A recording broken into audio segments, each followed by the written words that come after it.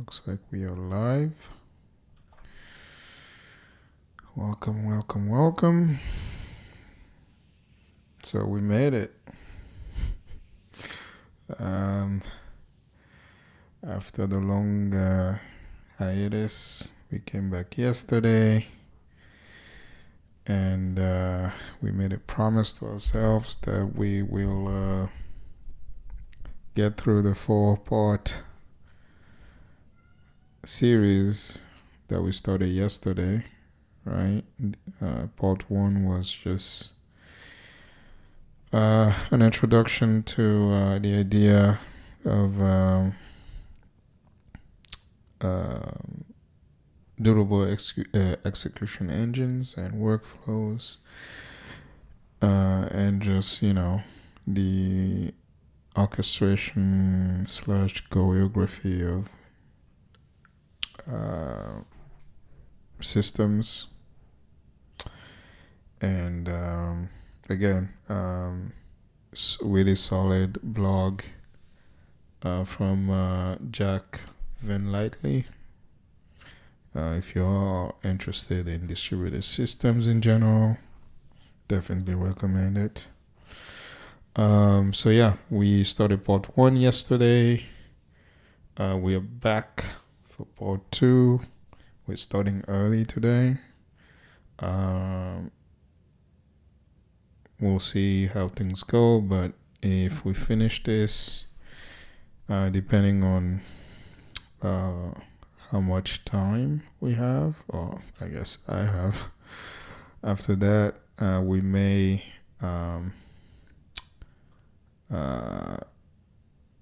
read some of this.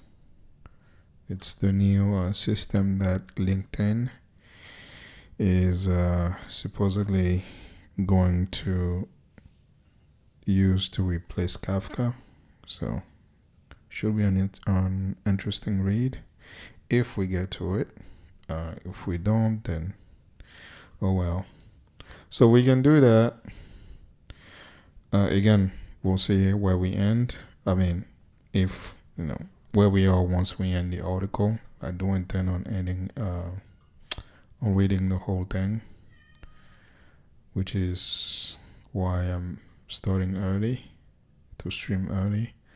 And I have my cat meowing outside my office for no reason.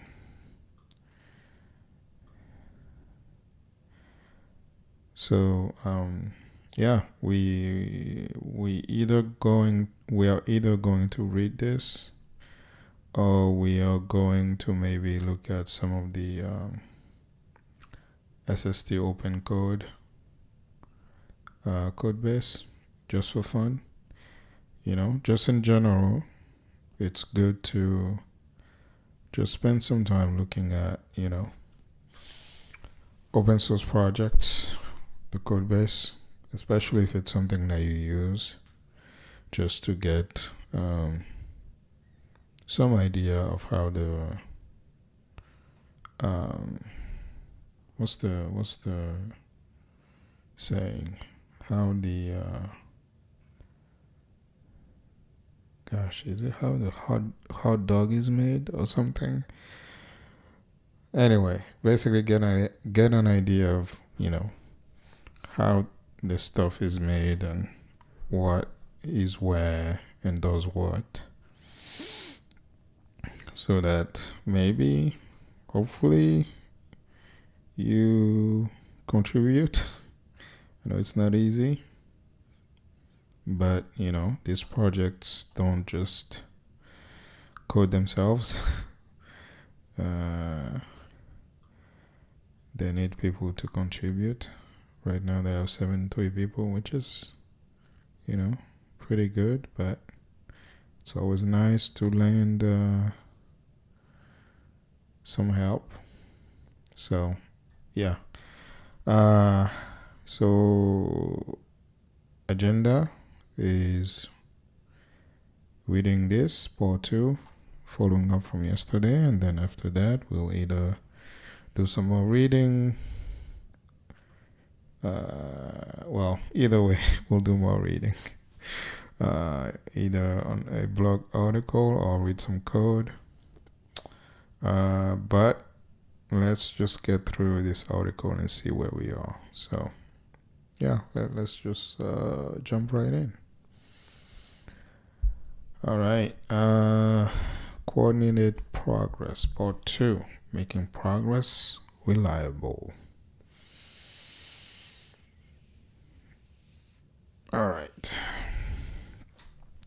And I mean, part 1, we've gone through part 1. If you need some sort of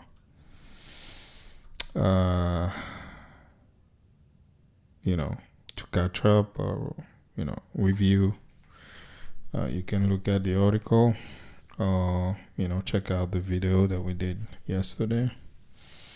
It's basically introducing different I guess the conceptual framework around durable execution engines. Yeah. All right. So in part 1, we described distributed computation as a graph and constrained the graph for this analysis to microservices, functions, streaming processing jobs, and AI agents as nodes, and RPC, queues, and topics as the edges.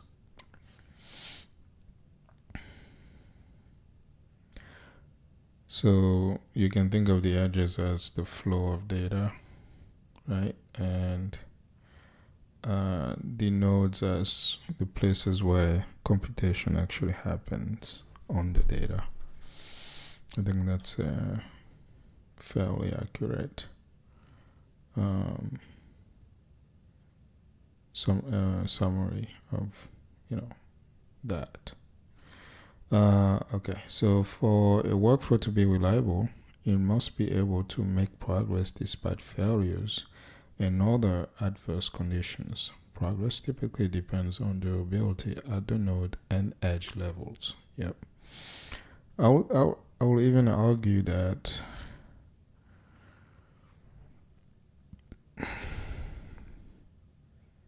I'm trying to think, durability is more important on the node or on the edges.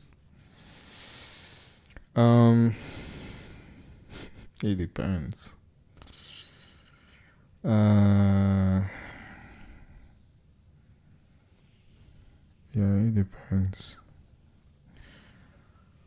I don't think there is a definite rule. I mean, in general, you want a stateless compute. So if you were to lean into that, then you will say you probably want durability more at the edge than the node itself.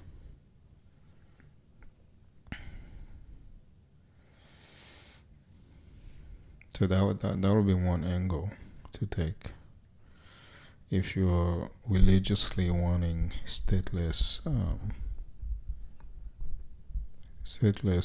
compute nodes.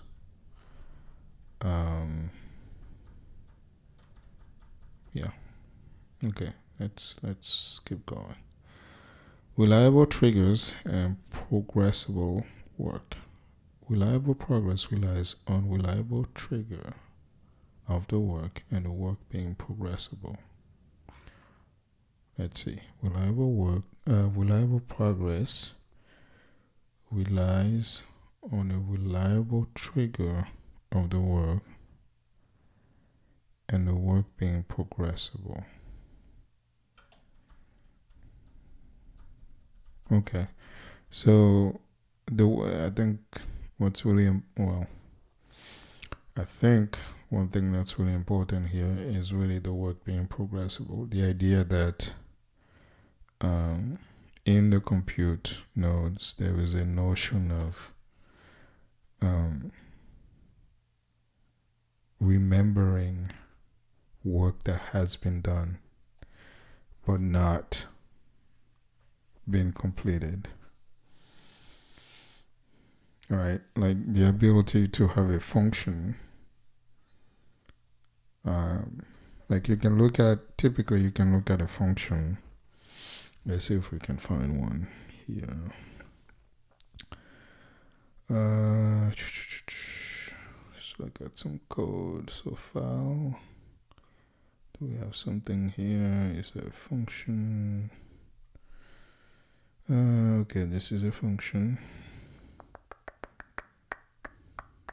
Will be a good example.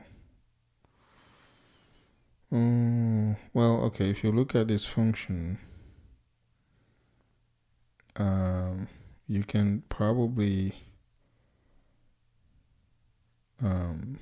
you can look at it in terms of blocks, right?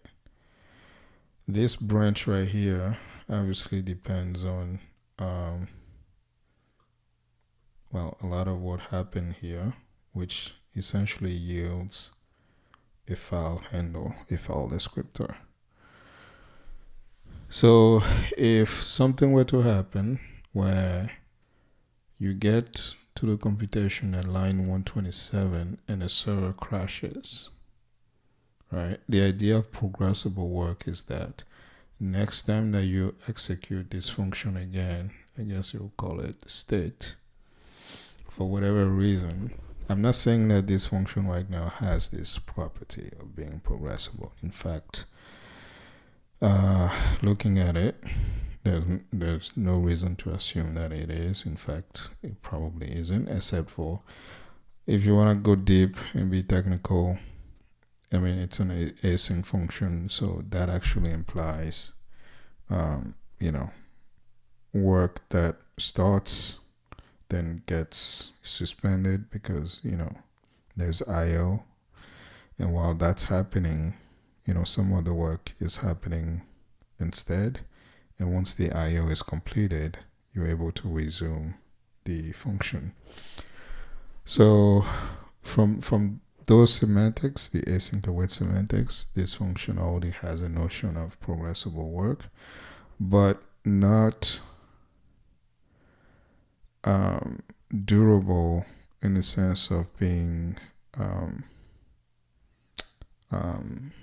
out of process durability. Meaning, yes, it's durable from an async await perspective while the current process is running, like the process that from which the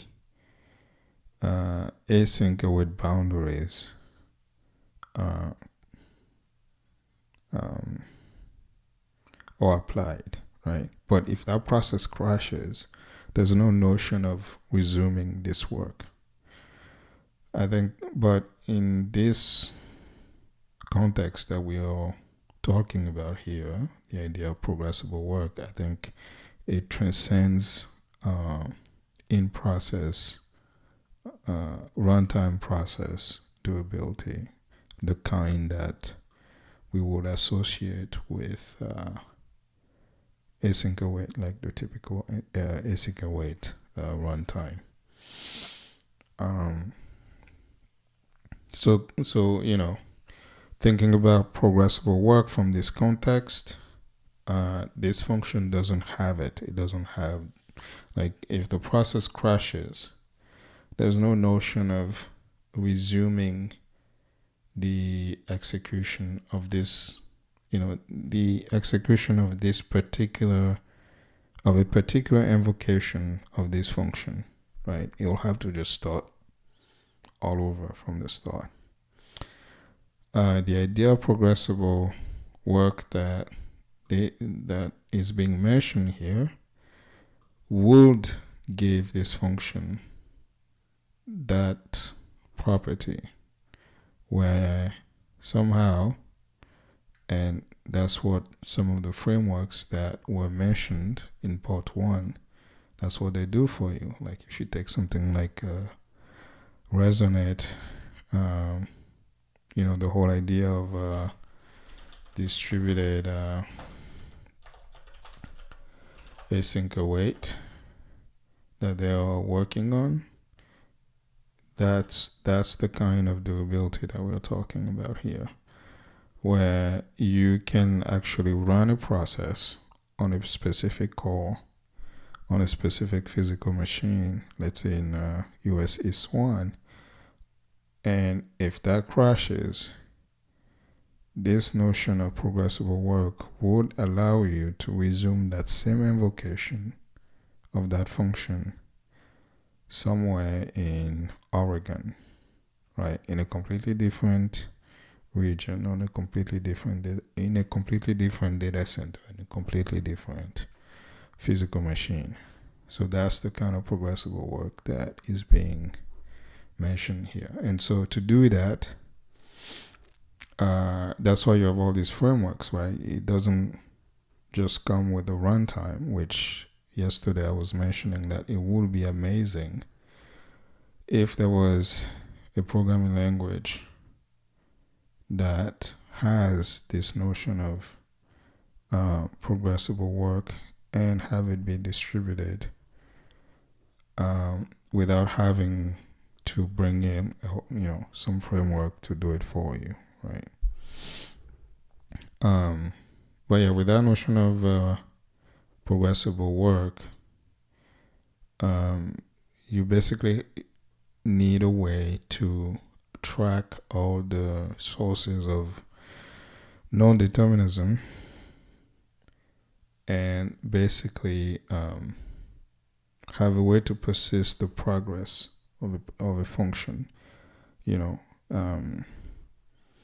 and that basically forces you to think about your functions in terms of execution frames, where you can basically break your function in terms of transactional blocks of when the function enters this particular frame, there's no either completes entirely or it doesn't. Meaning, if you were to replay the same invocation, there's no in between. Either that block has executed and it's done, or we'll have to start over. So if we were to apply this notion of blocking, this will be the first block. Although I'm not sure if these are blocking or asynchronous call, but still, I think just looking at it, right? The obvious thing to do, and I think that's what distributed async await from Resonate kind of does, is that all the IO boundaries, at least the stuff that's obvious, obviously IO, anything that basically requires the function to get off the CPU, if that makes sense, right? That's your boundary. So this will be the first boundary, this call here. Await file exists, that will be the first boundary. And so you will want to have all this be a frame, and you'll want to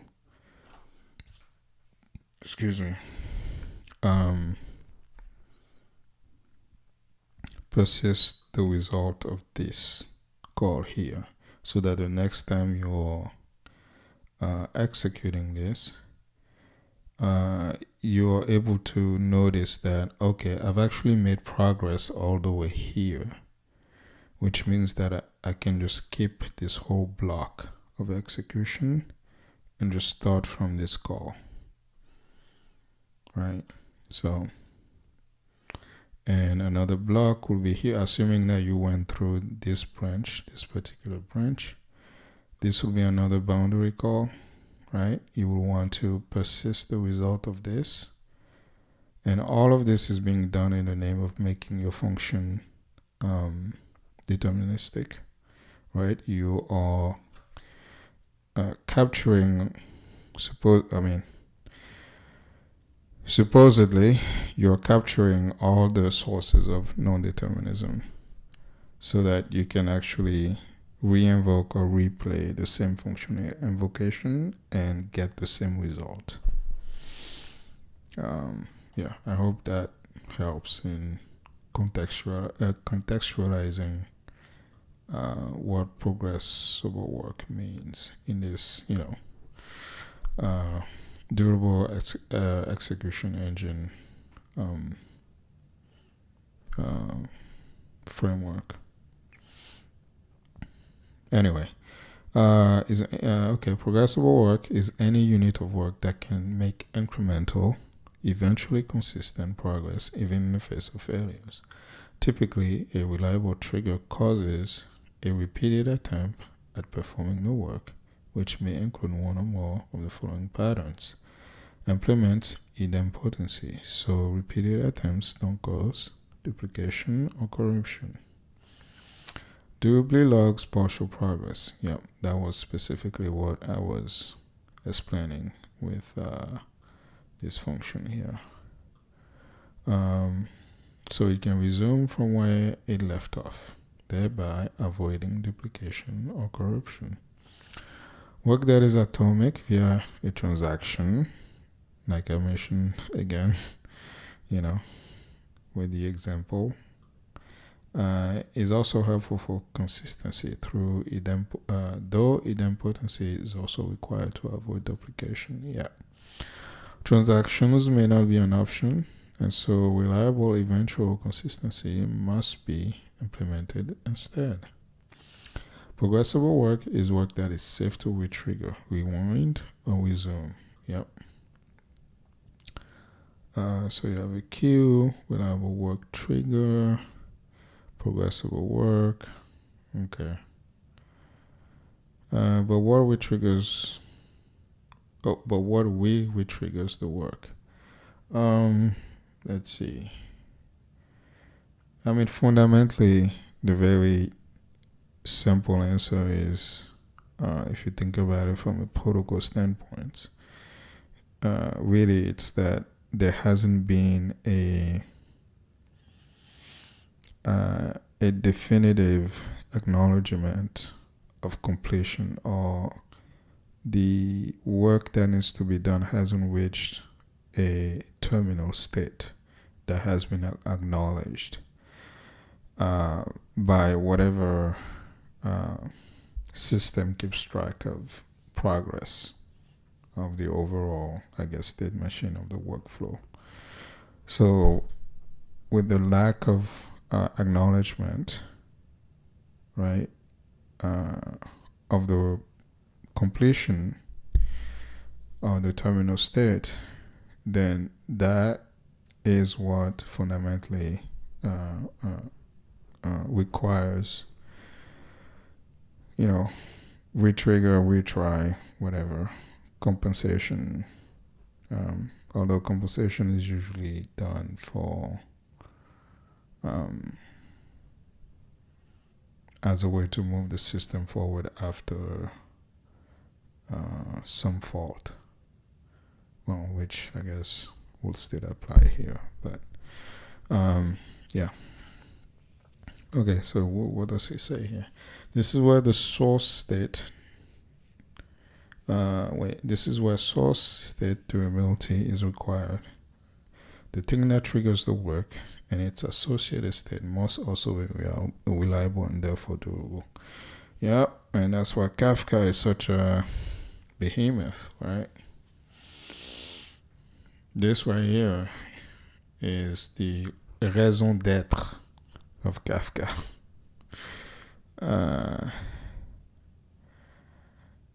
Okay, yeah, the classic reliable, like this here is the reason why you will use Kafka instead of Redis streams, like at scale, when you don't want some oopsies scenario. This is why you will use Kafka instead of Redis streams. The classic reliable trigger is the message queue. So, summarizing, if we look at any given node in a graph, the reliability stems from a reliable trigger. This will require a form of durability. Progressible work, either. No controls, as duplication and inconsistencies. Inconsistency doesn't matter.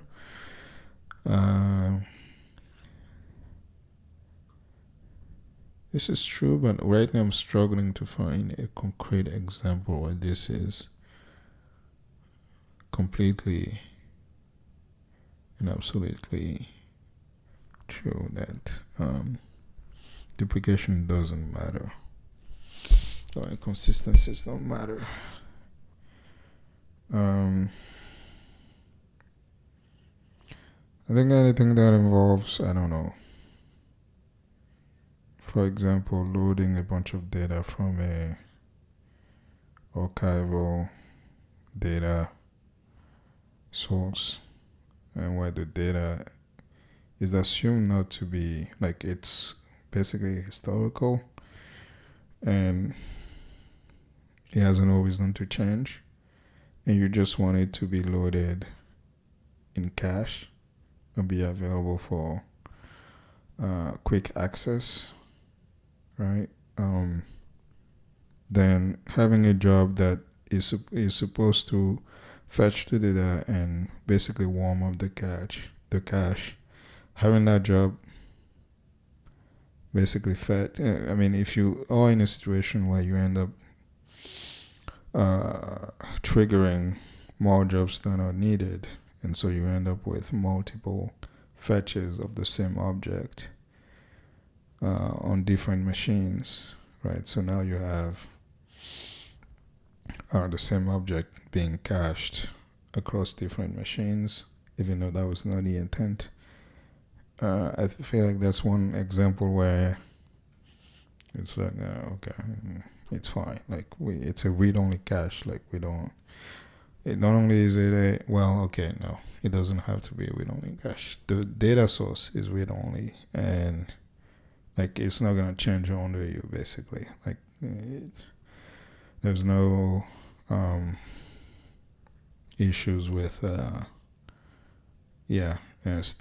data consistencies. Like, it's just gonna be the same thing. Like, the source of data is not changing. So that will be a maybe it's a little contrived, but actually I don't think so. I think that's probably a very common thing.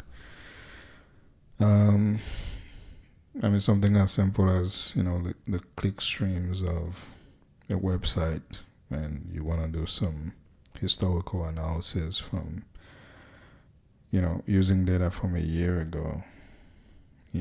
Maybe you want to look at do some analysis on last Christmas year, or compare the last 2 Christmas years, right? It's okay if you load a bunch of the tables pages in cache in multiple machines, even though that was not intended. Like, that would be fine. Okay. Idempotency of tasks. So a retriggering avoids duplication and inconsistency. Yeah, this is usually, I think, the typical example that you're given for idempotency is usually the e-commerce cart thing, where you don't want to double charge a customer. So, as you're making the order flow, whatever, and you're doing the charge, or applying the charge, the cost of the items being bought, you definitely want to have some idempotency set up there, so that you don't end up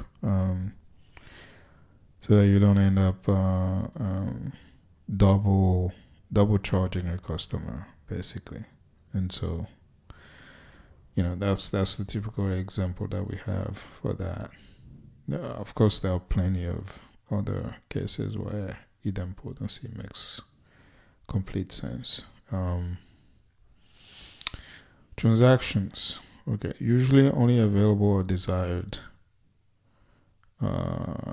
Usually only available or desired from a single data system, such as a database. Still relies on idempotency to avoid duplication. This is the realm of DBOS. they basically want to do everything through a Postgres database, where they basically treat the Postgres instance as an OS that has omniscience over the overall, you know, it's like, it's the maestro basically of the orchestra. Okay, durable logging of work progress. Yes, so with the ability to resume where it left off by caching intermediate results. Some mix of the above. Okay, reliable progress in stream processing. A stream processing job such as Flink or Kafka streams ensures reliable progress by durably logging its progress via state persistence, change logs, and rely on a durable data source, reliable trigger in the form of Kafka topic.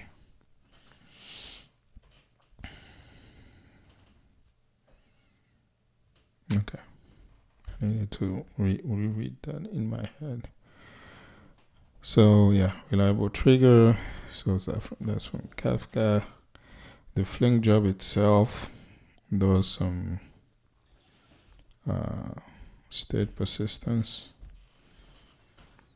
Yeah, so you have basically reliable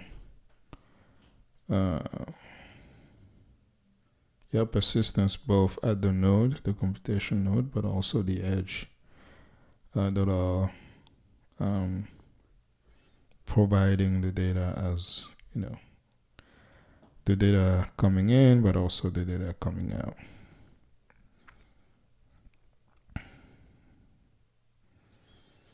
Okay, reliable progress in microservice or functional service functions. A reliable function will have a reliable trigger and implement progressible work. A reliable trigger for a functional microservice will be an RPC or a message event command from a queue or topic. Queues and topics are highly available fault-tolerant, durable middlewares, and therefore great as reliable triggers. A queue durably stores messages until deleted. A message can trigger a function, and the message is only deleted once the message has successfully run. Yep. That's it. That's the part that really matters, right? Because when I was talking earlier about the idea of fundamentally you need some sort of acknowledgement from the compute node to the data, the data provider / edge / trigger or whatever. You need some form of acknowledgement of communication that basically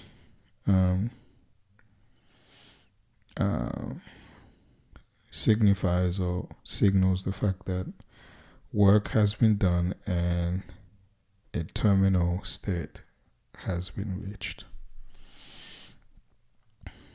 A message on the topic is basically the same, except that messages can be replayed, adding an additional layer of durability. Yep, that's the difference between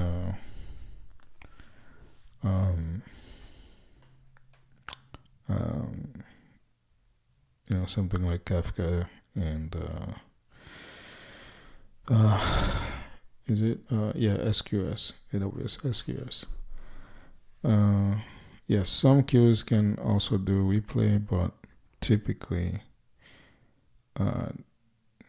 queues are not meant to operate that way. I think you don't like it's a bonus basically. RPC is not innately reliable. True. It depends on the caller being available to maintain state in memory, and we issue the RPC if a retry is needed. In typical microservices function, the function is not fault tolerant, and it cannot do that. Basically this, right? The function here doesn't have a concept of what did they call it? Fault tolerance, meaning if the function reaches here and a cable gets yanked and the server dies, there's no way to just resume this same invocation, right? Or have some sort of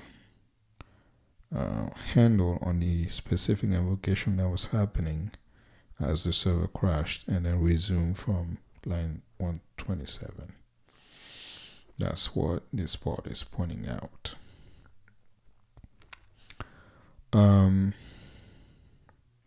For RPC to become innately reliable, it must also be delivered via highly available fault-tolerant and durable middleware. And this is where stuff like restate, resonate, or what's another one? Flawless.dev. That's the whole point of these frameworks, right? They act as middlewares around your functions. They wrap them up, make them all cozy and reliable. Anyway, this is one of the rules of the durable execution engines, and we'll refer to RPCs mediated by these engines as reliable RPC. Okay, progressible work, as already described, has two main options: idempotency or durable logging of progress. Reliable progress in AI agents. AI agents will become more deeply embedded in distributed systems as a cattle against traction, with agents taking actions, calling APIs, and generating decisions. The need for reliable progress will place here too. Like any other node in a distributed workflow, an AI agent's actions must be triggered reliably and either complete successfully or fail in a way that can be handled. Many durable execution starts up. Completely misread that. Many durable execution startups are now focusing on AI agents as a core use case. The Think AI Agent sub-project. Oh wow. Really? Okay. They have a whole proposal for it.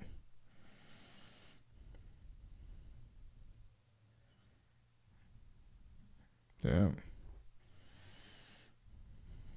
They are going in on this.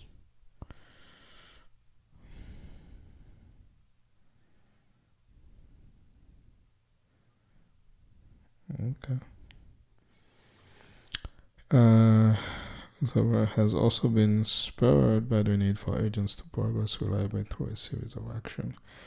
Its approach is to treat AI inference and decision making as part of the data flow with exactly one semantics: checkpointing and state management taken care of, in part by Think's existing progressible work infrastructure. Coordinated progress of workflows.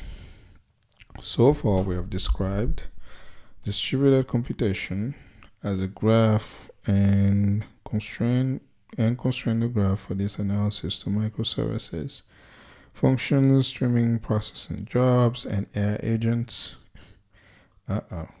Q agents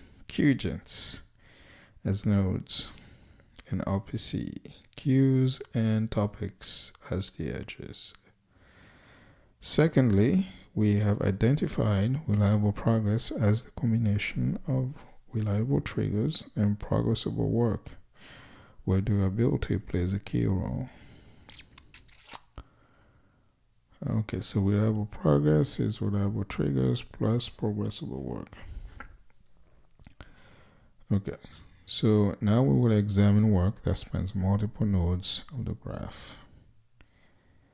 Using the term workflow, a critical aspect of workflow is coordination.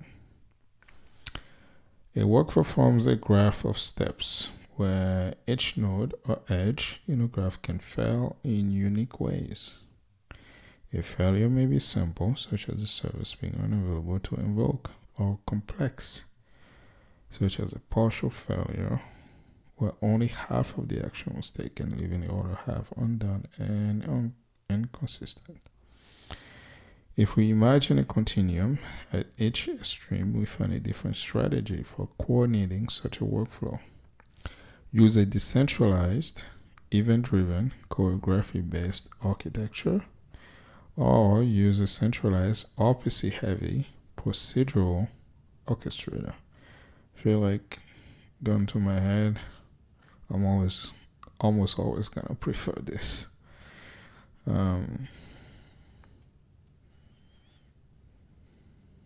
Yeah. Coordination via choreography. Key traits.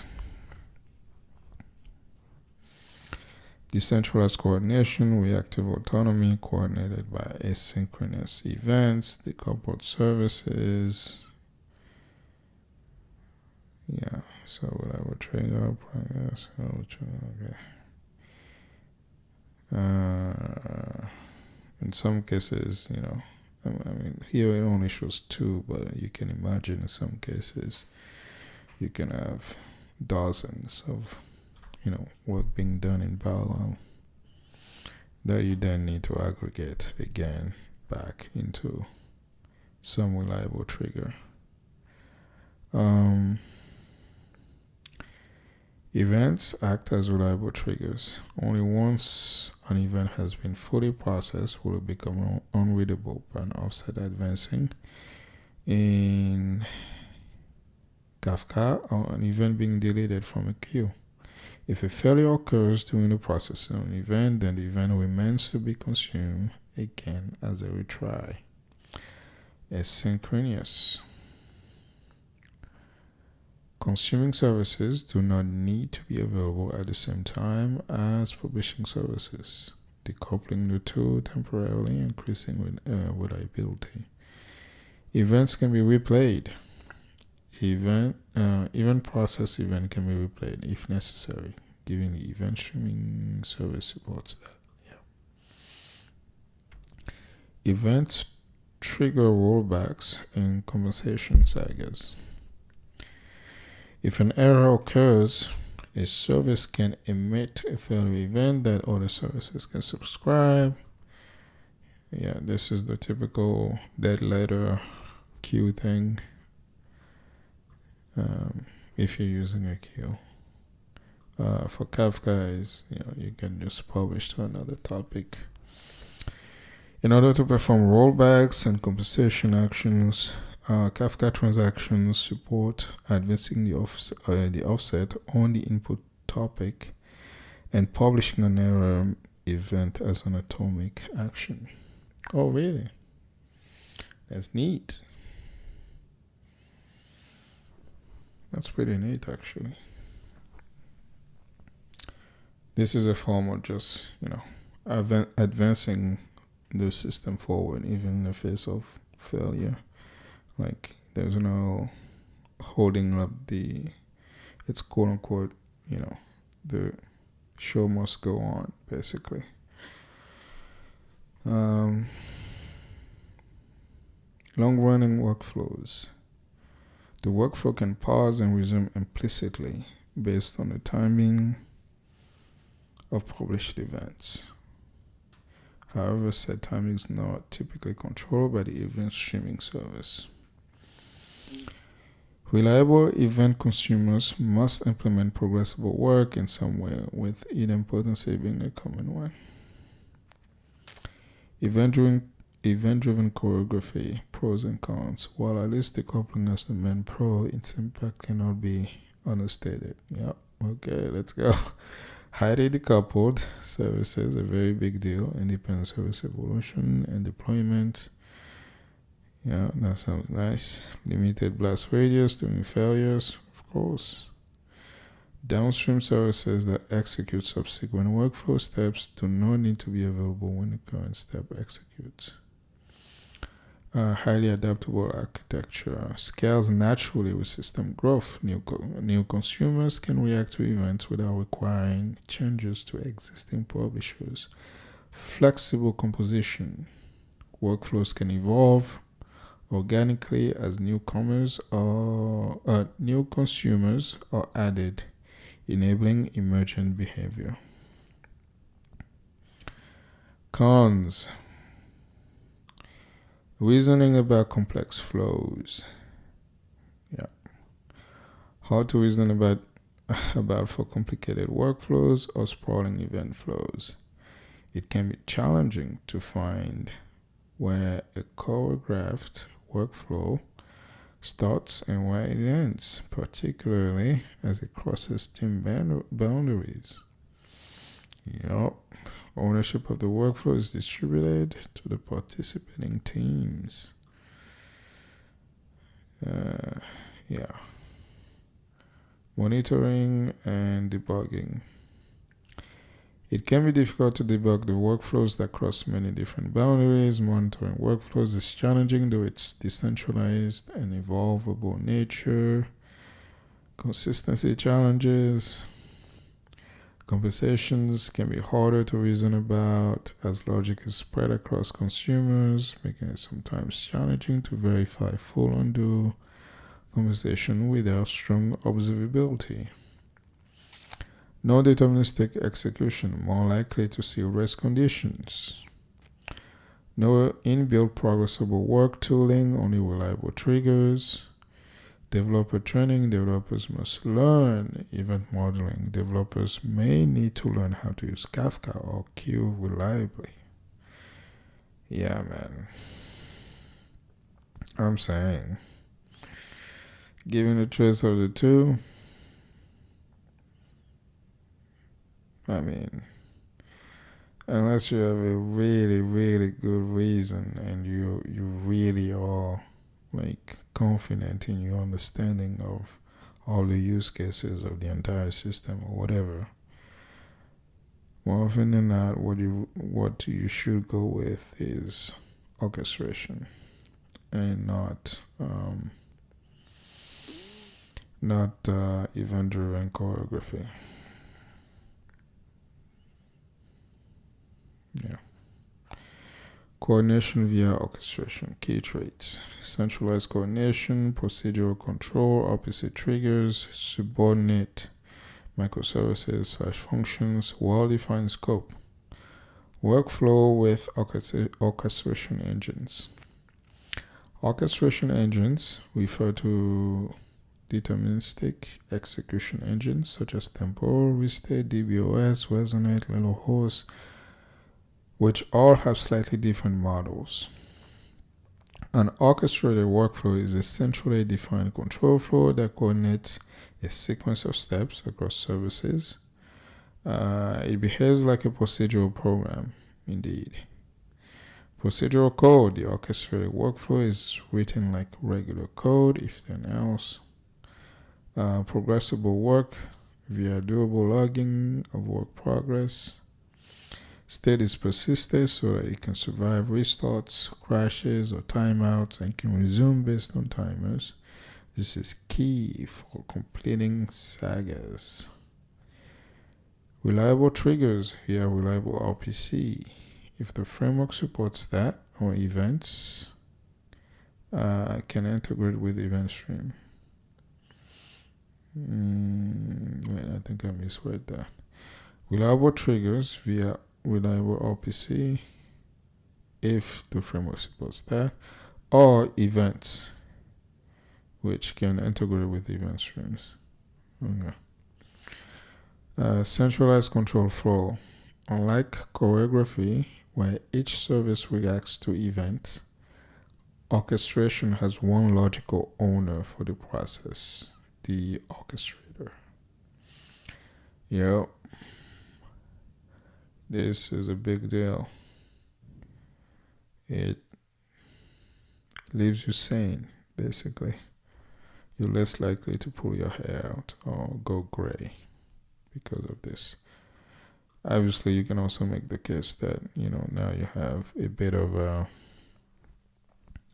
point of failure or whatever, but there are ways to mitigate that. Yeah. Explicit logic for branching, looping, and waiting. This may use regular code constructs such as in function-based workflow, or may use a framework's SDK for these ifs and loops and graph-based workflow. Long-running workflows. An orchestrated workflow can pause and then resume based on first-class triggers. Triggers or timers. Yeah. Excuse me. Trigger, okay. An orchestrated workflow is like a function, and therefore it needs its own reliable trigger, and the orchestration code must implement progressible work. A reliable trigger of the workflow itself can be an event or command delivered via a queue or topic. A reliable RPC mediated via a durable execution engine. Progressible work could be implemented entirely via idempotent steps, though this may not be practical as a general rule, as idempotency can be hard to implement. Yeah, especially when you're interacting with third-party services, which, well, you can't assume. Well, first of all, not all of them provide that functionality, idempotency, and even when they do, the semantics of how it's implemented in the third parties may not necessarily be perfectly adequate for the workflow or the use case that you're using the service for anyway. So idempotency is not like a silver bullet, basically. Therefore, the durable logging of work progression can add value. Okay, so pros. Centralized control flow makes it simpler to reason about, easier to maintain and debug. Reliable triggers and progressible work are built into the frameworks. Reliable RPCs can function without temporal coupling. Compensation actions are clearly linked to failures and made reliable. Challenging. Cost. Challenging to version. It can be hard. Yeah, actually, that's like the number one question you always ask yourself, or you should ask of your execution engine, like how will versioning be handled. Some time ago I read an article on how Restate does it, and I think that was really intuitive. I forget the details of it, but it was pretty intuitive on how they handle it, and I would imagine that some versions of that are applied in other frameworks. The orchestration service is another infrastructure dependency. Yep. And I mean, this is why these frameworks exist, right? So that they can get paid to do that for you. Orchestration code belongs to one team, but that team must coordinate with teams of the subordinate microservices. I think that's fine. Doesn't sound like a showstopper. Coupling. Orchestration can lead to tighter coupling without discipline. Fair enough. This can conflict with microservices autonomy and bounded context independence. Well, maybe full autonomy is not a great thing in the first place. So I don't know if this is a con. It's just, it is what it is. It's fine. It helps keep things on the sane side, so to speak. At least that's my opinion on that. Greater design time coupling leads to more versioning as flow changes. Okay, yeah, this can be a pain, to be honest. Developer training. I think this is fine. Developers must learn the program model. Yeah, I guess it depends on the framework and how it's built, right? Well, I think most of them do a good job of providing a decent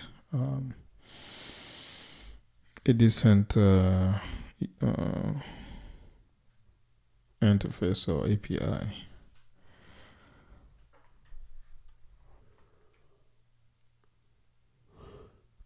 Oof, excuse me. Okay. Developers must learn about deterministic workflow execution. Yes, that's a good thing. I don't think that's a con. They should. They'll be better off for it. I don't really see this as a con. I mean, I see why it's being listed. I get why it's being listed because it's a thing that needs to be done or, actualized. But it's not bad. It would be nice if most developers learned about deterministic workflow execution. I wouldn't take that as a con in general. Step versus workflow boundaries and avoiding anti-patterns such as God workflows. Okay. Well, okay, when you put it like that, well, that's just skill issues, right? Then they should just try to diminish the skill issues, right? It's simple. Yeah. All right. How much more do we have? Ooh. Not a whole lot. Direct versus indirect edges. Okay, so in part 1, I described how not all edges in a workflow graph are equal. Some are direct dependencies, which are essential steps that must succeed for the business goal to be achieved. For example, the edge from the order service to the payment service during checkout is part of the core execution path. If it fails, the workflow fails. Other edges are indirect. These represent auxiliary actions triggered by the workflow, such as updating a CRM, reporting service, or auditing. While important, they are not critical to completing the core task itself. Often, these just need to be reliable but are triggered in a decoupled in one-way fashion. In orchestration, these distinctions matter. A well-designed orchestrator should focus only on the minimal set of steps required to drive the business outcome. Incorporating indirect actions directly into the orchestrator increases coupling, inflates the workflow definition, and introduces more reasons to redeploy or version the orchestrator when non-essential concerns change. Yep, okay. I don't think there's much to add to that. That all makes perfect sense. Choreography. By contrast, treats direct and indirect edges the same. Events flow outward and any number of services can react. There's no centralized control and there's no enforced boundary around what belongs to a given workflow. This can be both a strength and a weakness. The main weakness being that it is harder to reason about what constitutes the workflow's critical path. Excuse me. Summary. Choreography and orchestration are both essential patterns for coordinated distributed workflows, but they offer different properties. What they share is the need for durability in order to provide reliability. Orchestration looks promising for mission-critical core workflows because of its superior understandability, observability, and debuggability. With a centralized control flow, durable state, and explicit conversation handling, orchestration frameworks make core workflows easier to understand, monitor, and debug. The orchestration engine provides reliable trigger and progressible work support, but such orchestration should be limited to islands of core workflows connected by indirect edges in the form of events. Okay, so I guess when it comes to your orchestration,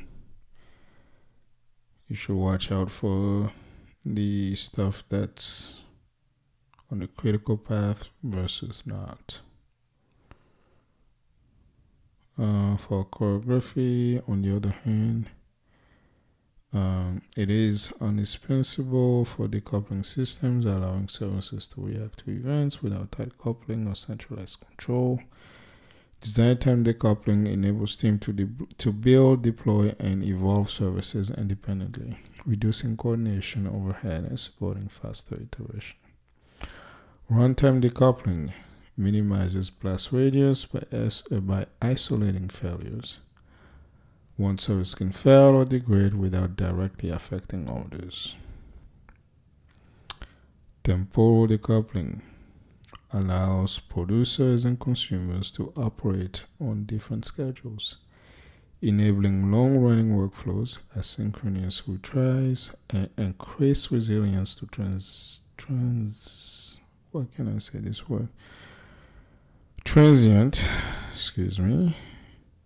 and increased reliance, can't read words, and increased resilience to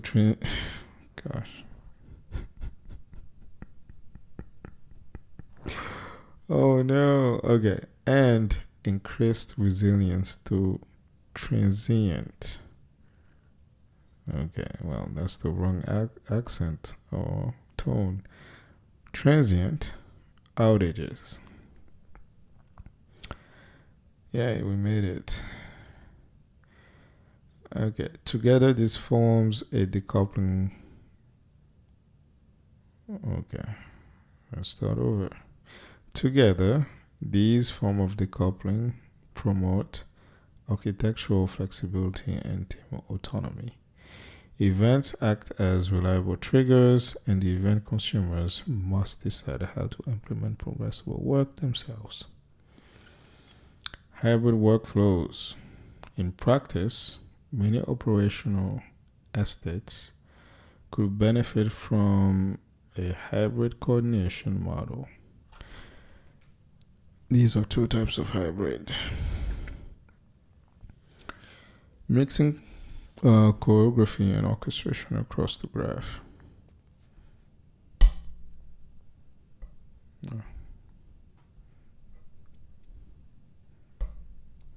Excuse me. As I already described, orchestration should not control the entire execution flow of a system. Sorry. Notice something in the corner of my eye. My bad. What is this? Oh, Discord. Something keystrokes.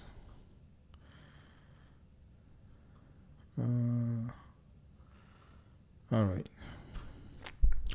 Sorry about that. As I already described, orchestration should not control the entire execution flow of a system. Unlike choreography, which can span an entire system due to its decoupled nature. Orchestration should focus on well-defined processes. Yep. These orchestrated workflows can still integrate with the broader choreograph system by emitting events, responding to events, and acting as reliable islands of control within a larger event-driven architecture. Okay, yeah. I can dig it. Using orchestration via events. In this hybrid model, the orchestration code does not use RPC to invoke subordinate microservices, but sends commands via queues or topics,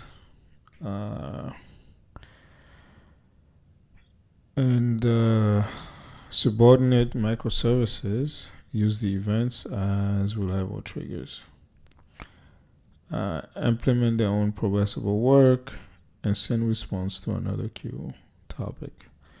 These responses trigger the next procedural set of work. In this model, reliable triggers are handled by queues and topics, and progressible work is either done via idempotency or durable logging of work progress. This can avoid the need for a full DE, but might require custom durable logging.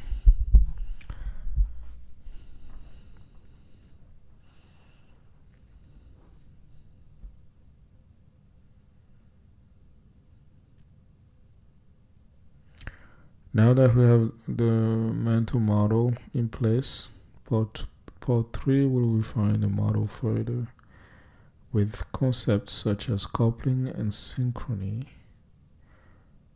coordinated progress, series links.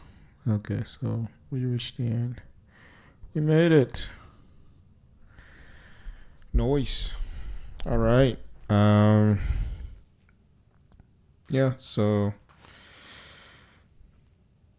solid article. Tells us or informs us about both the pros and cons of orchestration versus choreography. Mainly for choreography, it's just, you do have, autonomy of the compute components. They're fully reactive, but you also lose the ability to, really reason about the system, especially at scale. With orchestration, you have more of a control and, I guess, awareness of the system-wide state. The critical path is more obvious, or at least it should be.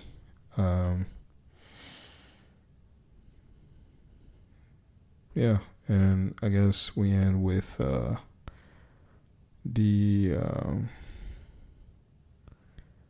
mythical "it depends" answer, which is, you should consider a hybrid where your critical stuff happens as an orchestration, and then you have you have the orchestration that happens within a larger event-driven choreography of whatever system you are putting together. So yeah, I think solid as expected. Looking forward to part 3. Let's see, what time is it? 9. What do we do next? Do we look at some code? Do we read? Do we read this? Actually, you know what? I think I'm just gonna say that I'm gonna wait for this here to be its own video. So probably next week, once we're done with Jack Vanlightly stuff, we'll try this. This one is overall pretty meaty article. I'm sure there's a lot to take away from it. I mean, it's basically a system and a protocol being introduced here. So I think it deserves its own complete stream/video.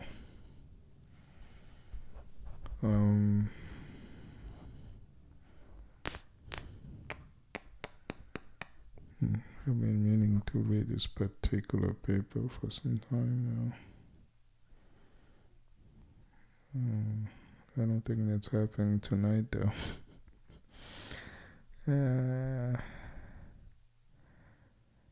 Let's see.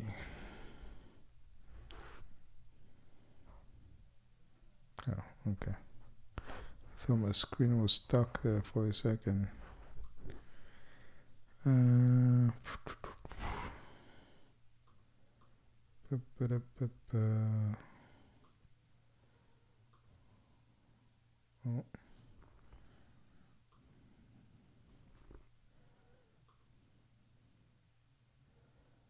Sorry, oh, okay, no, I don't have it here. I'm in my other account.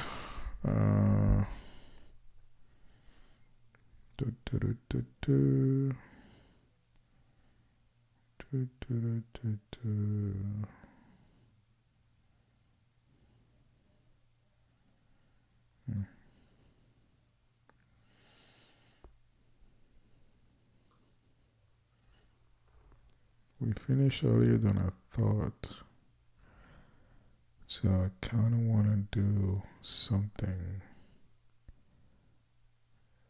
else. So I'm looking through some of my bajillion open tabs to see if there's something that we can quickly look at.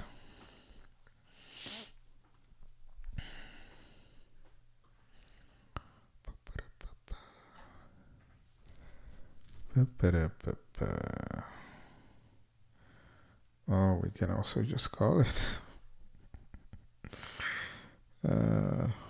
There's no reason to force some content on a stream. What's going on Hacker News? Hacker News.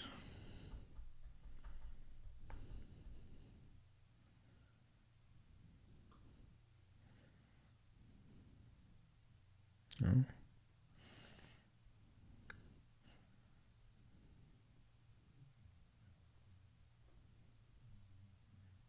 Noise. This is good. This is a good thing that we can have these small models that are actually useful.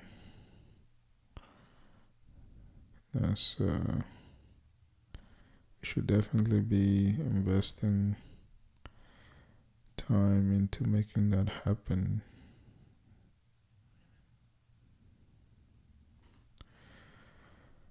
All right. Another web framework, but this time in Ruby.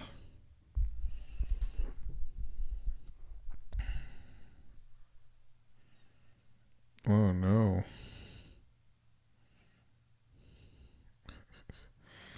Oh no. I mean, I'm not reading all that. I guess I just get the gist. Uh, how long is this? Uh, let's see what the comments say. I think we can get an idea of how bad it is by reading the comments. Okay, serious question. We're not trying to give unwarranted stress. This whole thing feels like obviously a bad idea to have an MC fans on the layer.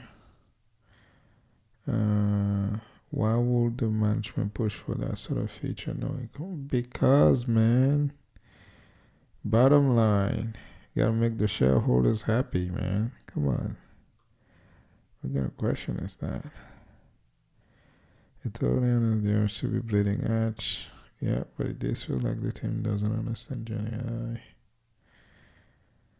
It's not a feature in their products, and they're just being too avant-garde.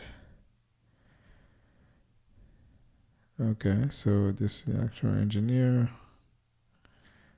We added the following mitigations. Encourage, you think that's enough?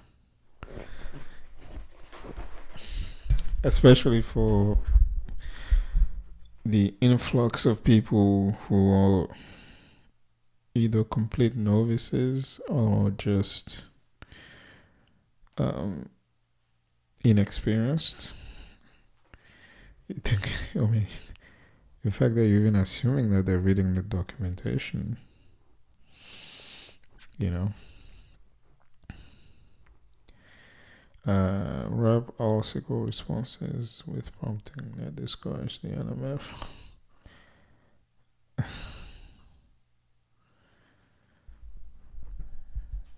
I don't, wait, what does that mean? I don't think I fully understand what that means. Write end-to-end test to confirm that even less capable.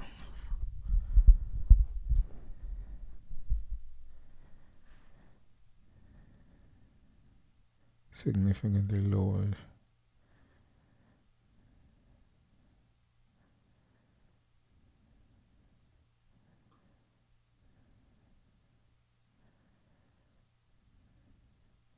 Then why are you introducing it? Like, is that really such a big business driver that you felt the need to do it despite the chances that this kind of thing can happen not just once but several times?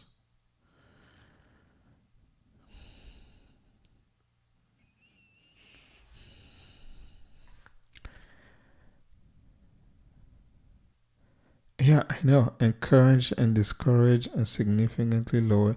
Yeah, that's that's the same vibe that I'm like getting. It's like, yo, we know this. That's not enough. Like, we know. If you've been in tech long enough, you know that those are just words. Like idiot. Oh, okay, maybe that's too harsh. Clueless user, big clueless user. Like it is what it is. Especially for the kind of people that we're talking about here, right? Like a lot of the hype around MCP and AI coding and all that is bringing in new people into the field that are just clueless users. And I mean, it is what it is. I'm not even saying that, like that those people should not get involved or whatever. In fact, I don't think that that's the case. I think the more people we have, the better. But still, we want people to hopefully eventually stick around long enough to be able to make the right decisions. And as they are transitioning from being complete noobs, it's the responsibility of Superbase or companies like Superbase to not just throw around words like discourage, encourage, like when it comes to security. I don't know. Like basically, I really echo this sentiment here from this comment. I want to say super that this is a really public response to actions being taken to increase security around the crypto system and not being really hopeful.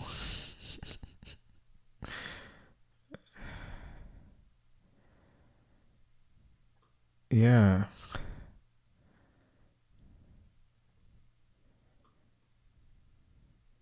Yeah. Like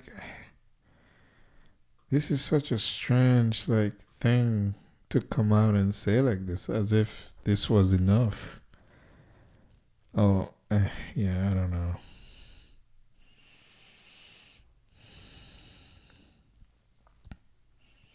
Yeah, I know. Yeah, that's. I mean, I think that was my reaction just a few minutes ago. Like, wrap all the secret responses with prompting. I was like, wait, what? Like, wait, what is that? That's like actually being written in public as being like a thing that you're doing to mitigate these issues. Oof, we are so cooked.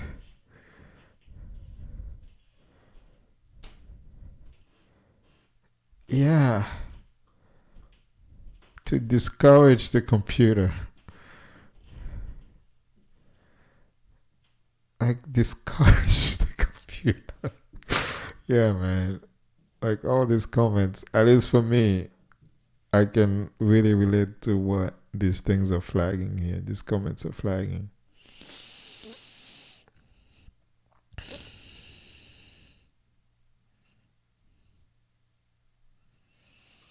There's no real separation between code and data. They're all the same thing.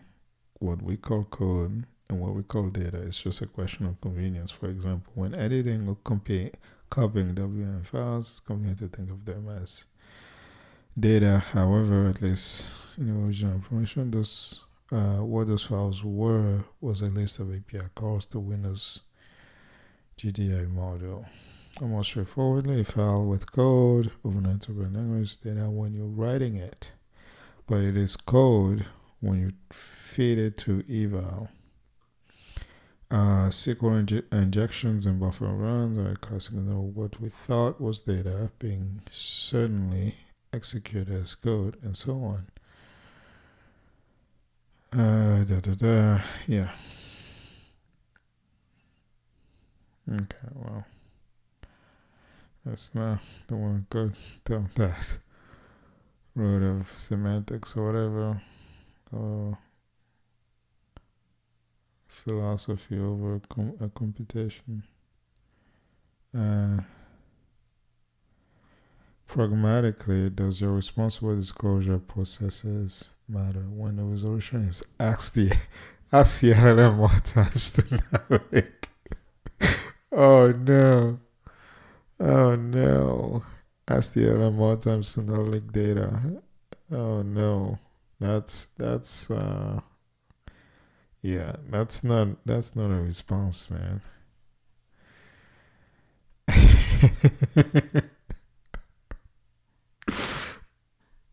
Yeah, I don't. I'm actually, yeah. I mean, y'all saw me live reading this and thinking, wait a minute, this doesn't sound like something you want to hear from a security standpoint. It sounds like the kind of thing like you can clearly hear them say, because it's like they're admitting that what happened is bad, but it's also like, well, it is what it is. We're just gonna do what we can, but really, we don't plan on not having this whole MCP feature out and about. We're just gonna keep it running, and because we expect it to be bringing us some kind of revenue, so it is what it is. We're just gonna have to ask the LLM to, you know, do the right thing.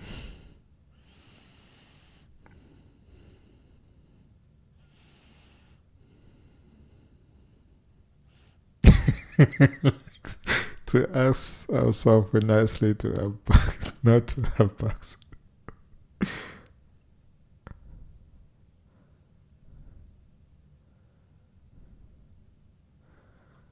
Uh, Someone posted Google's new MCP for database in Slack, and after looking at it, I pulled a code about how you should use these things to modify the schema on a live database. Wait, what? Wait, what?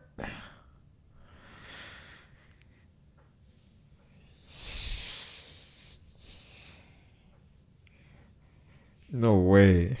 Really?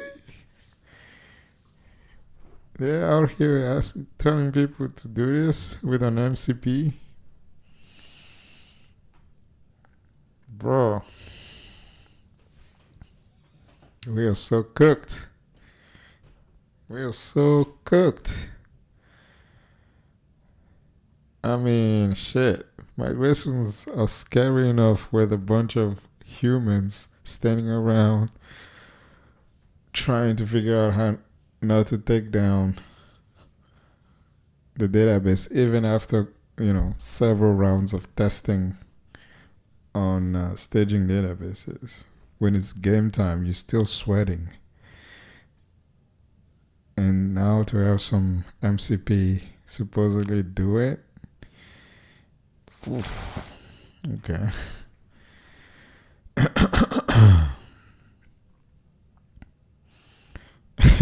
To spell job security. You know, just right now I'm realizing that reading through uh, Hacker News comments is really good content. I mean, I'm not, a stranger to them, but usually you're just sitting on it, by yourself and chuckling in your head, but it actually makes for good entertainment reading through them for a stream. Um,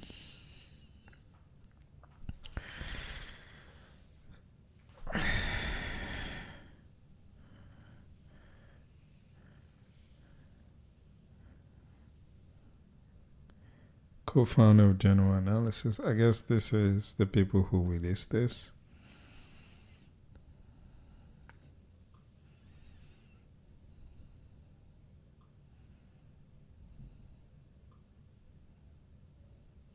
Yeah, man. Come on. How is that not? This is basically saying, oh, guys, don't be so hard on super bass people. It's just a it's just an MCP general thing.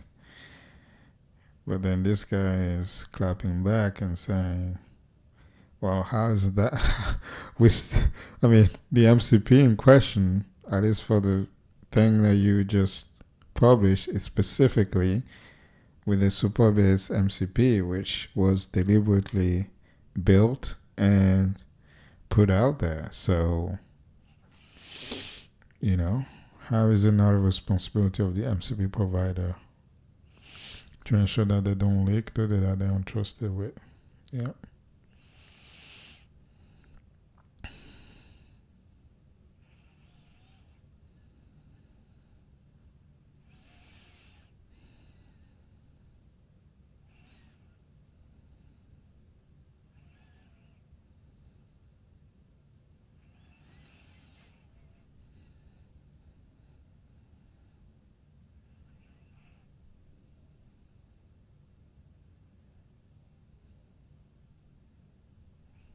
Okay, let's see if there is.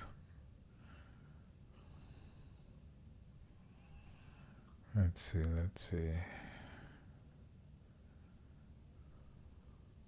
Configure it to be read only.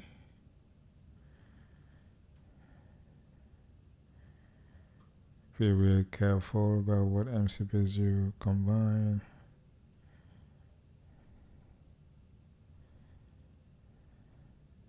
Yeah. Data can be leaked. Yeah, man. There's also that, by the way.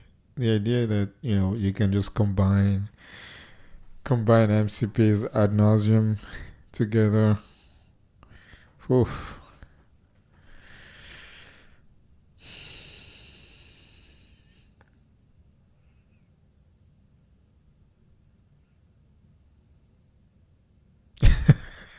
I've been reading HN for years. The exploits used to be so clever and incredible feats of engineering.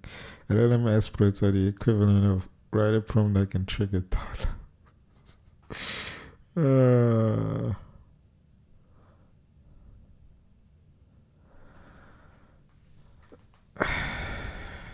oh, Neo's MCP also are the same thing.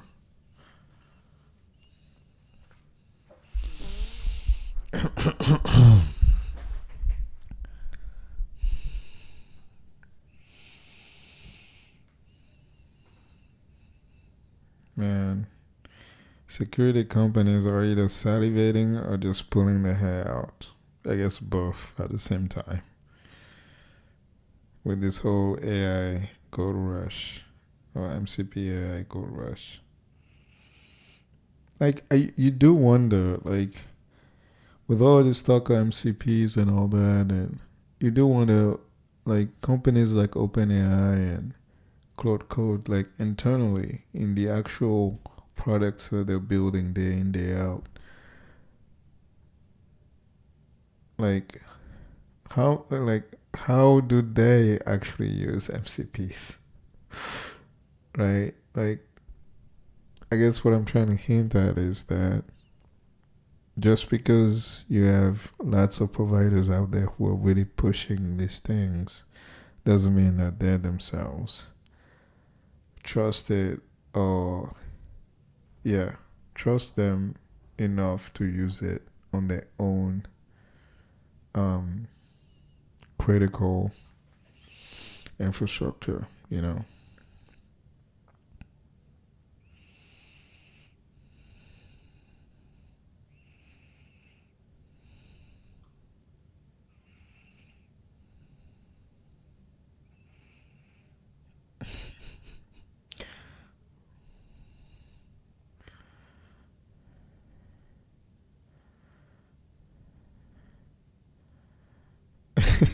I'm so confused as to why anyone seems to phrase engineering as any kind of mitigation at all.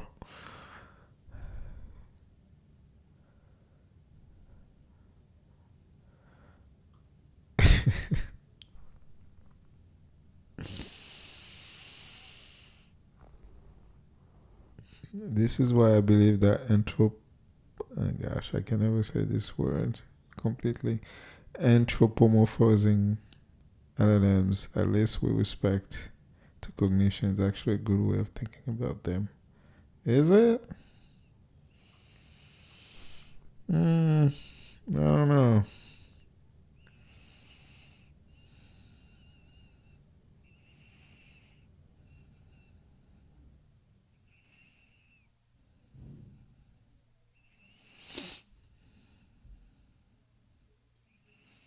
That's still not okay. Yes, this should be the case, but fundamentally, they are stochastic machines. That is still not um, adequate for certain classes of systems. You know, the kind that the kind that brings in the money, the kind that, are the backbones of distributed systems. Like you don't want that kind of um, non-determinism involved.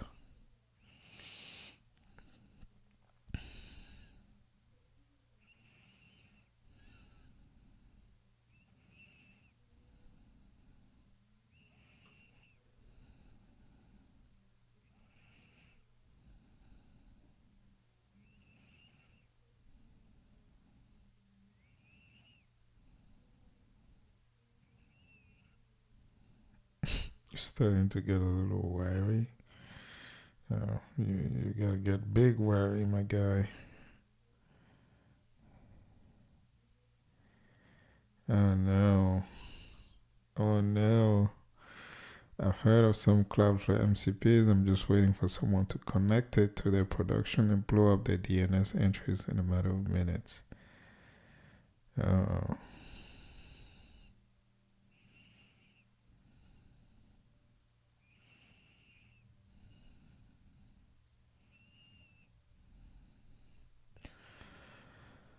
Ah, well, that was a good laugh. Let's see.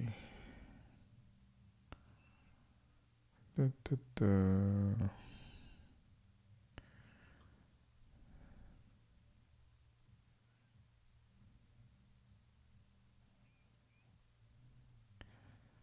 With CPU battle testing performance done today. Everything we know today was parallel CSP even before. There's no point having an agent that can write code. Oh yeah, yeah, yeah. Like the infrastructure is just like, even if you assume that these agents are producing high quality code that's ready for production or whatever, which is definitely not the case at least 50% of the time. Um, just the CI, like the process, the infrastructure to move that code from, uh, just draft development to something that runs in production. Like, yeah, I don't think that I mean, except for a place like Google or Beta, I think most companies are just not don't they just don't have the infrastructure to actually handle that kind of scale.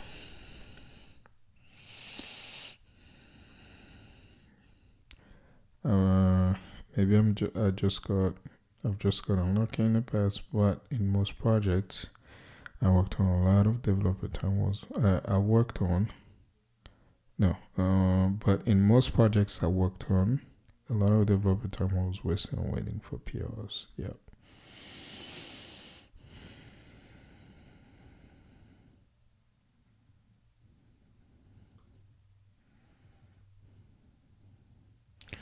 It feels like there's a lot of low hanging fruit in most projects testing setups, but for some reason I've seen nearly no progress for years.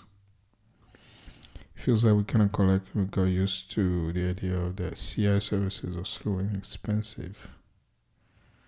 If anything, CI got a lot slower over time, as people have tried to make builds fully hermetic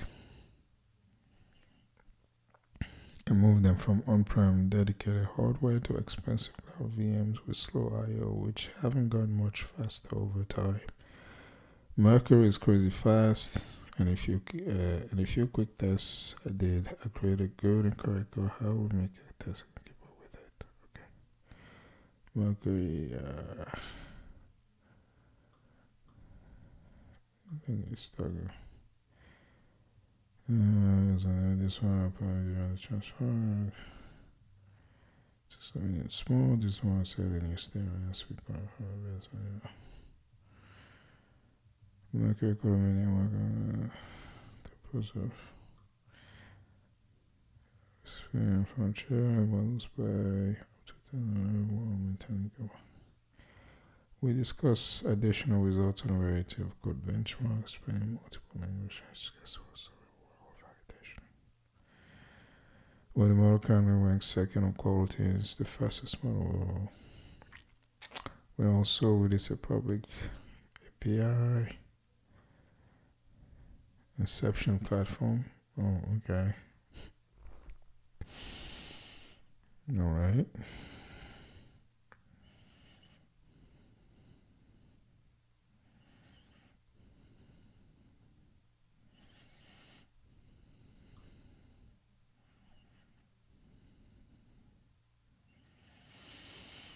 Uh, let's see.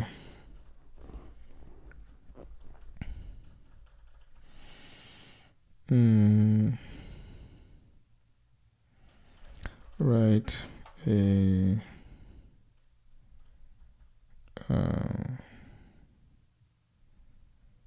write a two-phase, a spec of the two-phase commit protocol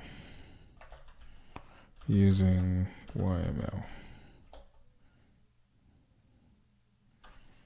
Well, that looked kind of fast. I ain't gonna lie, that felt pretty fast. Okay, that looks pretty fast. I ain't gonna lie. Well, the question is it actually accurate? I've just become aware of YML, and I don't know. I feel like I'm obsessed with just the overall language. It's just pleasant to read. I don't know if that makes sense. I like the mix of, verification oriented stuff, but also, the fact that you can actually write programs. Wait, why did they call it YML? So YML. Yeah, I'm not reading all that. Explanation preparation phase. The coordinator sends paper request to all participants. Each person prepares to commit and response with paper response. You can commit on message board. Yeah.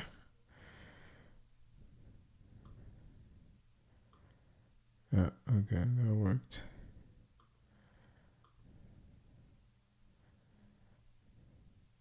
So this is coming from, created with OpenWeb UI.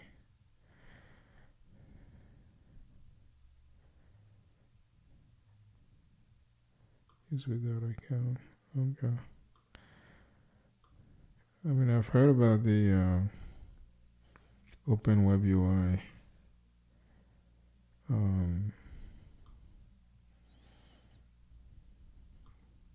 project.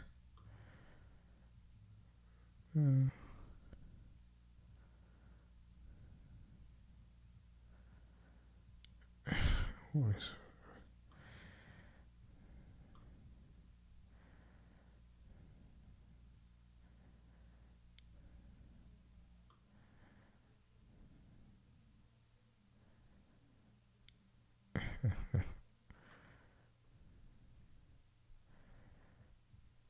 Yeah, it's pretty fast. At least for this kind of questions. Anyway. I mean, this person said it was crazy fast, so I wanted to, experience it myself, and it does feel like that.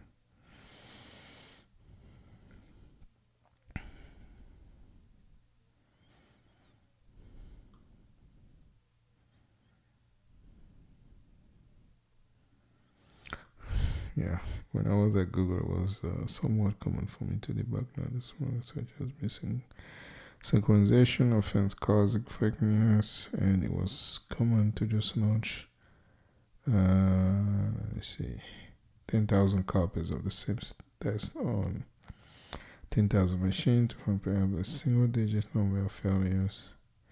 My current appliance has a concrete implementation of the same thing, no UI, but there's also a single command to launch 1,000 test workers to run all tests from your own checkout. The goal is to finish testing a 1 million line of code base in more than 5 minutes so that you get quick feedback on your changes. These are all talking about you want maximum determinism CR steps so that you make builds fully hermetic and cache every single thing.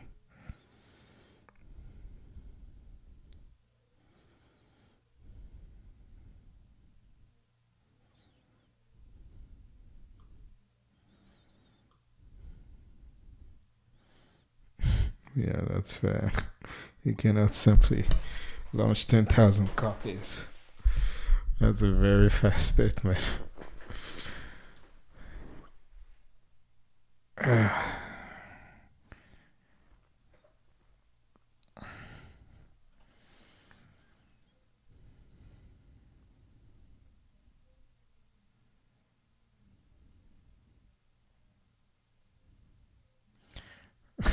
lot of Googlers. Yeah.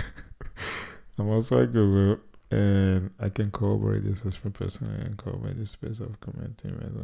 There are lots of technical challenges in maintaining code health in a more people with 100k active contributors or teams, and we will get a lot of plausible excuse for kicking the brand down the road.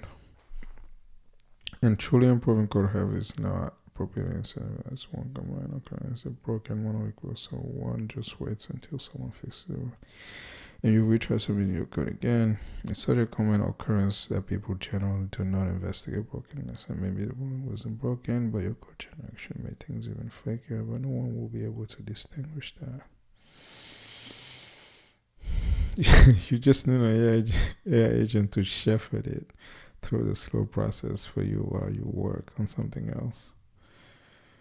Yeah.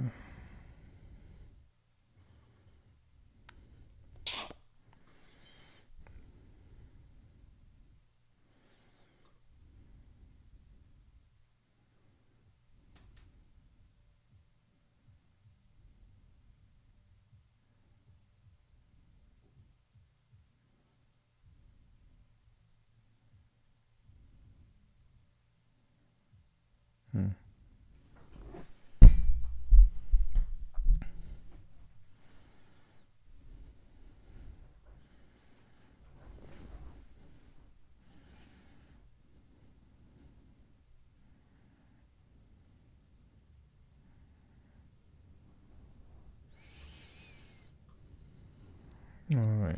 Let's see.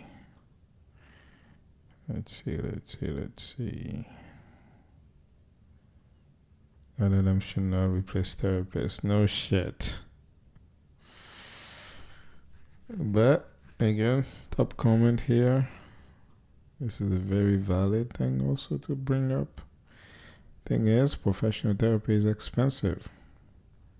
Yeah.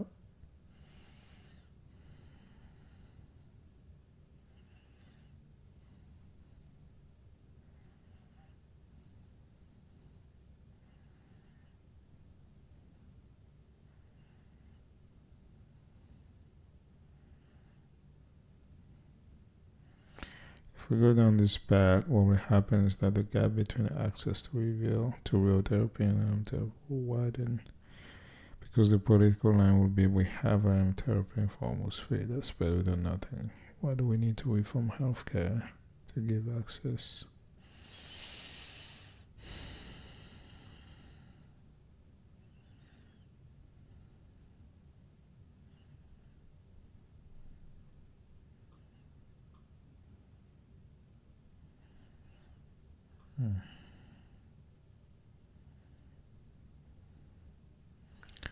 More technology does not seem like the answer.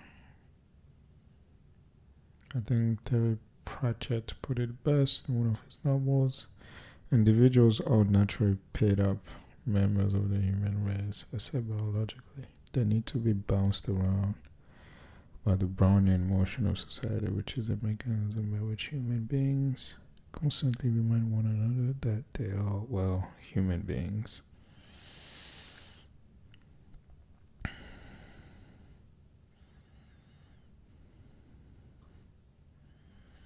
But we decided to financialize poverty and therefore learn and therefore price people out of socializing. It's a shame because Pratchett was absolutely right.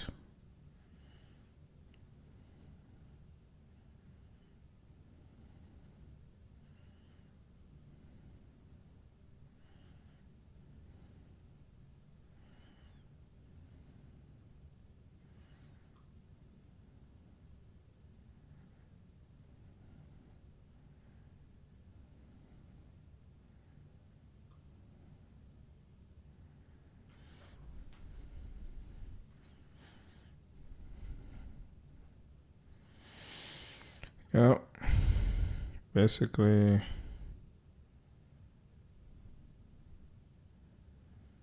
yeah, we should not replace therapists with LMs. I think that's a W take.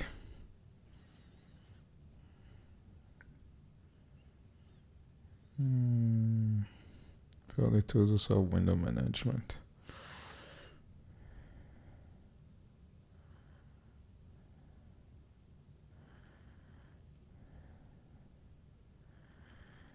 Yeah, I can relate to this.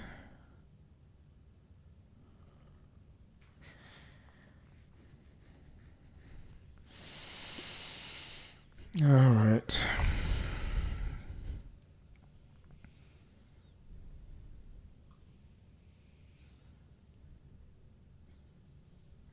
I think we're gonna call it for this evening. When Figure starts designing for us, well, after this, I guess.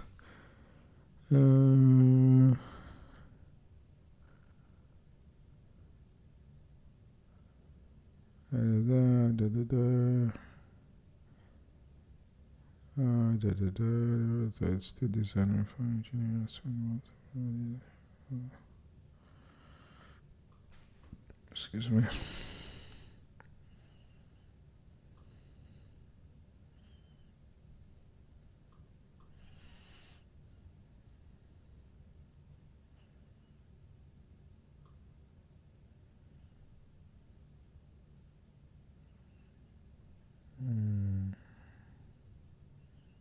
Yeah.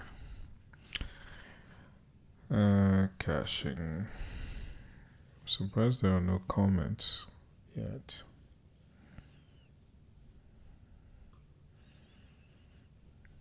Ooh, the Cindy's. I don't know. Multiplication.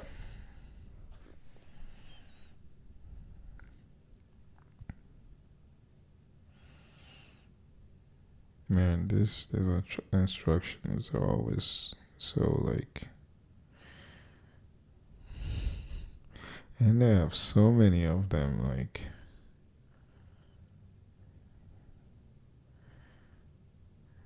who's out there training LLMs to like spit out the perfect combination of SIMD instruction sets to solve problems?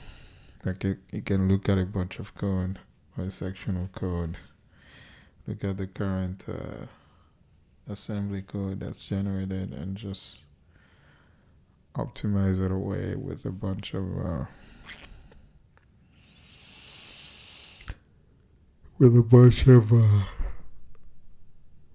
intrinsics. Who's working on that? That's what we need. We don't need MCPs for Superbase, for the Superbase database.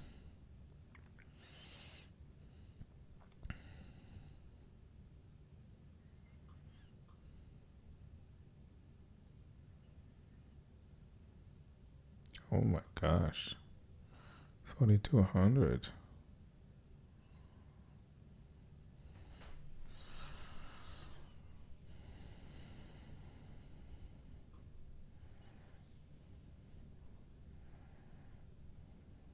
Oof, 90% on red.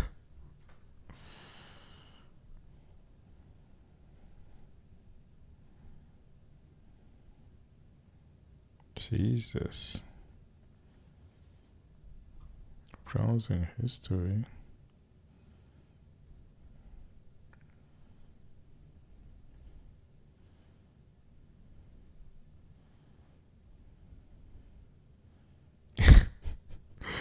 Having an element look at your comment history.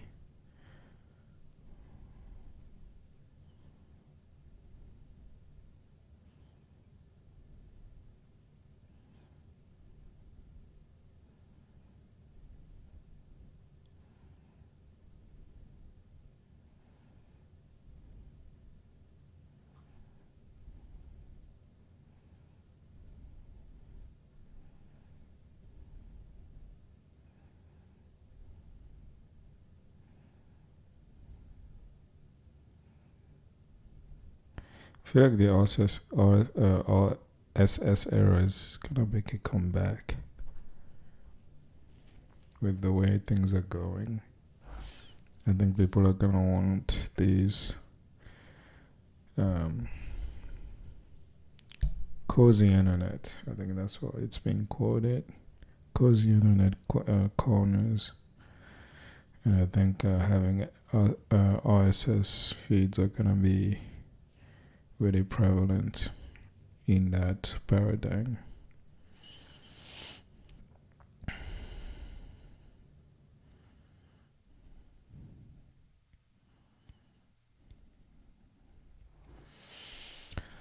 All right, think we're gonna call it. Ooh, Adam is up pushing. What did he push? Let's see what he pushed. What did Adam push? The TUI. Length. Editor component. Text area. I'm guessing that's the bar where you input your content. Hello, input clear command. A apps. If it's the sequence, is greater than 0.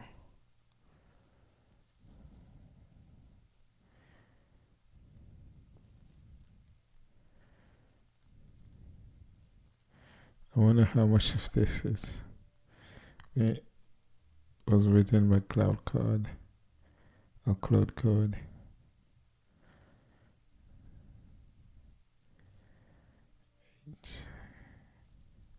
Oh, okay, that's just the renumbering. Was that the whole thing? Yeah, that was it.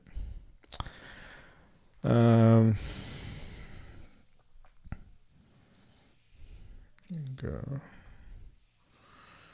Fret. Money printer. What else do I have open here? Oh, yeah. This. Keep meaning to come back to this. Upcoming events? What do you mean upcoming events?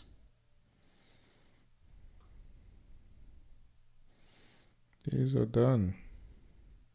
These are not upcoming, man.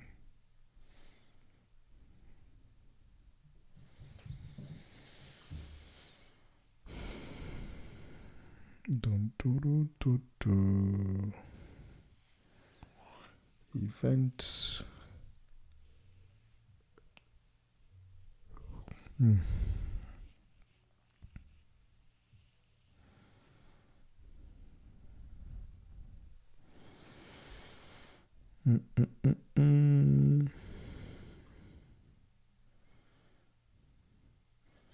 Our motivation.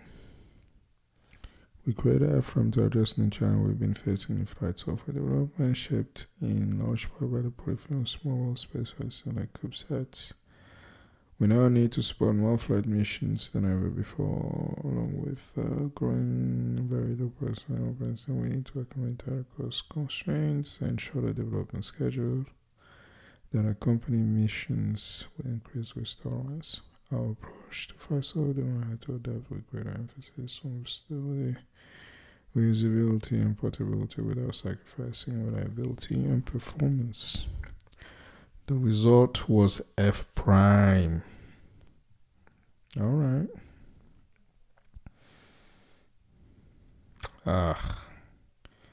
Why C++? You gotta make it Rust. Everything Rust.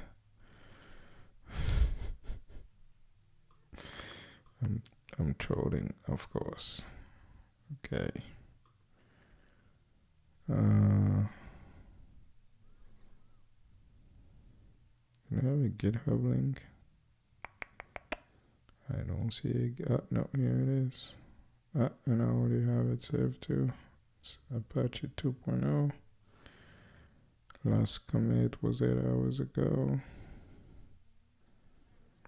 Where do you need to run it? Okay, it can run on Mac OS. That's good. Python, Clang. Alright.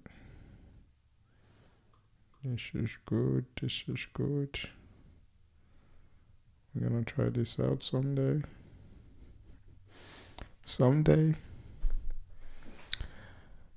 not too distant. Alright, what else do I have open? Multigrain. Oh yeah, TLA plus stuff. I don't think I need this.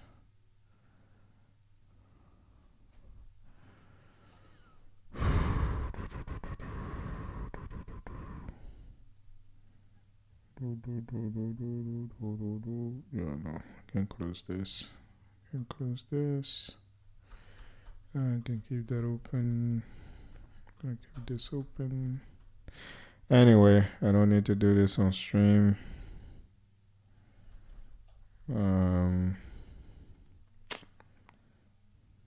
We'll call it a night, people. We'll be back tomorrow for part 3 and maybe some more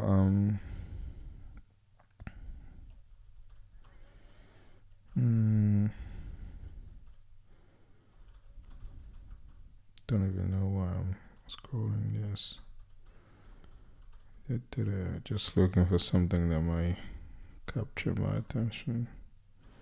Wait, sensor augmentation.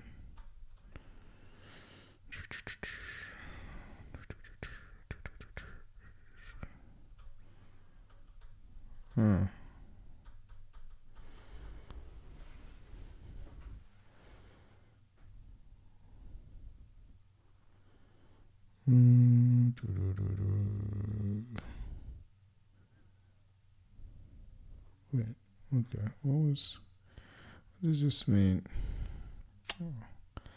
Longer because I've been repeating actions, even the show this way are frequently giving identical captions, which makes it difficult to retrieve the exact desired clip using a text search. In this paper, we formulate a problem of unique captioning, given multiple clips with the same caption.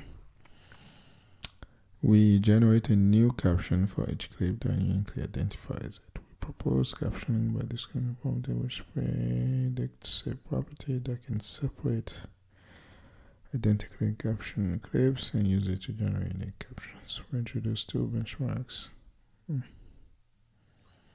Could be useful.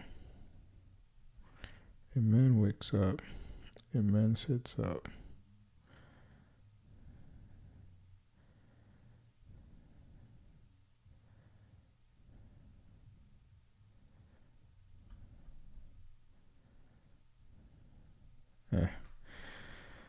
Alright. I promise. This is it. We are out.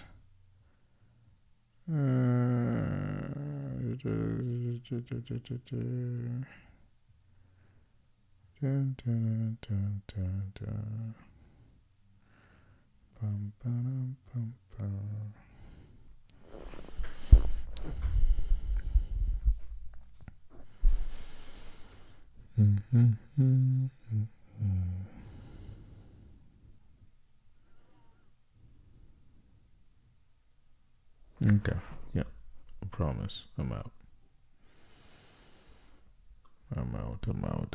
We are out. We are done. We are finished. Just checking my tabs. Alright. Don't need this. Don't even need this. Alright, people. I'll see y'all tomorrow. Thank you for watching. If this was useful to you in any way, please do like and subscribe. And yeah, I'll see you around.